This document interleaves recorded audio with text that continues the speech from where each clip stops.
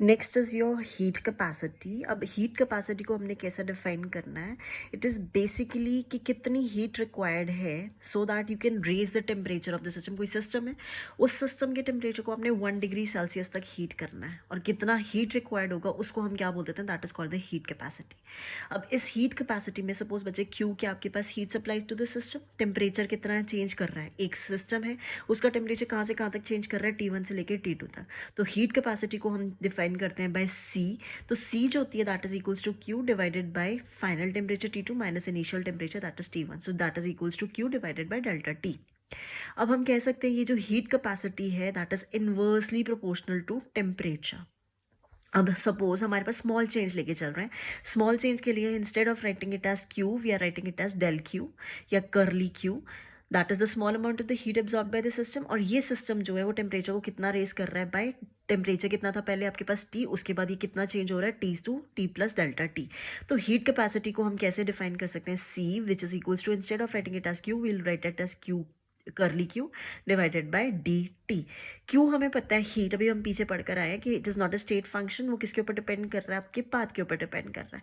तो सी जो होगा ऑब्वियसली वो भी आपका स्टेट फंक्शन नहीं होगा, that is also your path function. अब इस चीज़ को अंडरस्टैंड करने के लिए हमारे पास इस हीट कैपेसिटी के लिए हमारे पास दो टर्म्स आती हैं, ये दोनों ही इंपॉर्टेंट है, पेपर में ये एक्सपेक्टेड होती है। That is heat capacity at the constant volume जिसको हमने सी वी के साथ डिनोट करना है, and heat capacity eight constant pressure जिसको हमने सी पी के साथ डिनोट करना है। अभी हमने फर्स्ट लॉ ऑफ थर्मोडायनामिक्स पढ़ा था। फर्स्ट लॉ ऑफ थर्मोडायनामिक्स में हमारे पास क्या आता है कि curly Q that is equals to D U plus P delta we.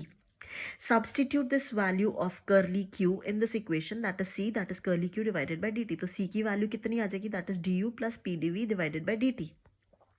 Now suppose बच्चे आप एज्यूम कर रहे हो कि आपका वॉल्यूम जो है वो कांस्टेंट है। अगर वॉल्यूम कांस्टेंट है तो dv की वैल्यू क्या आ जाएगी आपके पास? जीरो। अगर dv की वैल्यू जीरो हो जाएगी तो pdv पूरा का पूरा जीरो हो जाएगा। तो c की वैल्यू किसके इक्वल आ जाएगा? That is du divided by dt या curly u divided by curly t at constant volume.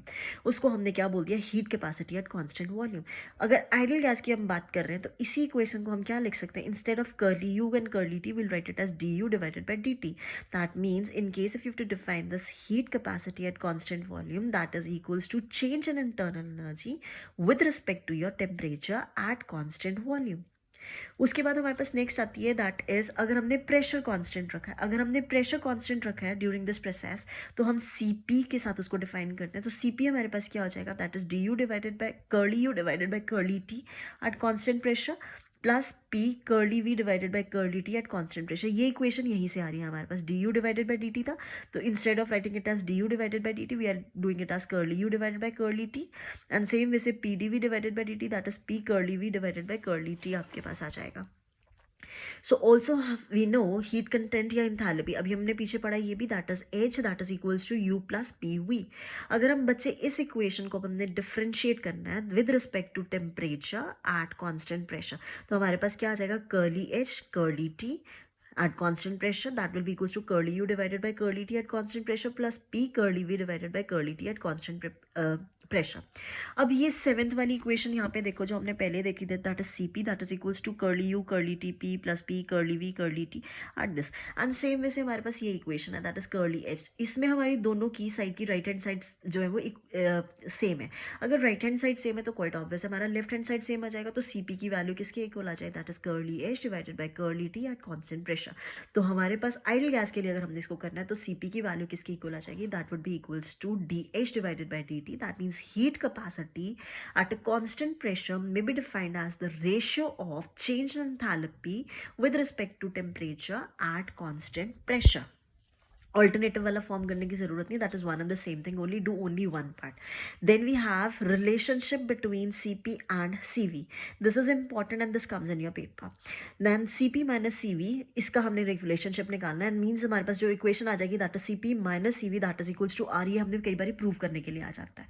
Suppose बच्चे आपके पास कोई सिस्टम है और उस सिस्टम का वॉल्यूम आपने कॉन्स्टेंट रखा है।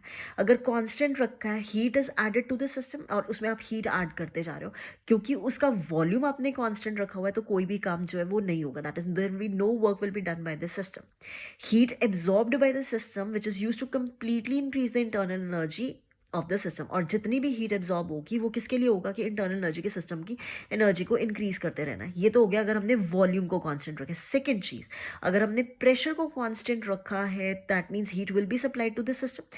अगर प्रेशर कांस्टेंट रखा है दैट मींस कुछ वर्क ऑफ एक्सपेंशन जो होती है वो होगा ही होगा, और उस चीज को अब हमने डिफाइन करना है। तो हम क्या कह सकते हैं, क्योंकि एक्सपैंड कर रहा है, एक्सपेंशन हो रही है, एक्स्ट्रा हीट हमने सप्लाई करना पड़ेगा वर्क ऑफ एक्सपेंशन के लिए, तो that means heat capacity at constant pressure would become equals greater than heat capacity at constant volume.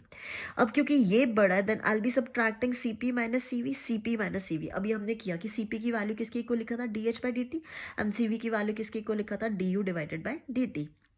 Now from enthalpy definition हमें पता है H की वैल्यू क्या होती है, that is U plus PV, and from ideal gas equation वो भी हमें पता है that PV is equals to RT। Since PV is equals to RT, substitute this value of PV into this equation, so हमारे पास क्या आ जाएगा, H that is equals to U plus RT। अब इस इक्वेशन को हमने डिफरेंशिएट करना है किसके साथ, टेम्परेचर के साथ, तो हमारे पास क्या आ जाएगा, DH divided by dt that is equals to du divided by dt plus R dt divided by dt आपके पास आ जाएगा, dt divided by dt, dt divided by dt cancel हो जाएगा, तभी आपकी बुक्स में क्या लिखा हुआ है, that is dH by dt that is equals to du divided by dt plus R। Now take this term to this side, dH divided by dt minus du divided by dt that is equals to R। तो ये हमारे पास dH divided by dt को हमने क्या लिखा था, Cp, du divided by dt को क्या लिखा था, that was Cv। So Cp minus Cv is equals to R, hence proved, और यही पेपर में आपके पास क्वेश्चन आता है। And always remember that Cp is always greater than Cv.